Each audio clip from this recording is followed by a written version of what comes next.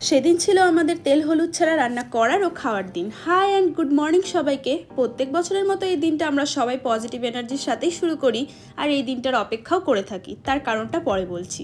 প্রথমেই সকালটা শুরু হলো বিস্কিট ছাড়া শুধু জলের সাথে। রক্ষাকালী পুজোর জন্য শ্বশুরবাড়ির নিয়ম অনুযায়ী এই দিনটি আমাদের পালন করতে হয়। খুবই জাগ্রত পুজো, তাই আমরা প্রত্যেকেই নিয়মটা মানার চেষ্টা করি। সব থেকে ইন্টারেস্টিং হলো সবটাই তৈরি করা হয় ঘিয়ে। তাহলে তার স্বাদ কেমন হবে বলো তো? এক কথায় অপূর্ব এবং সুস্বাদু।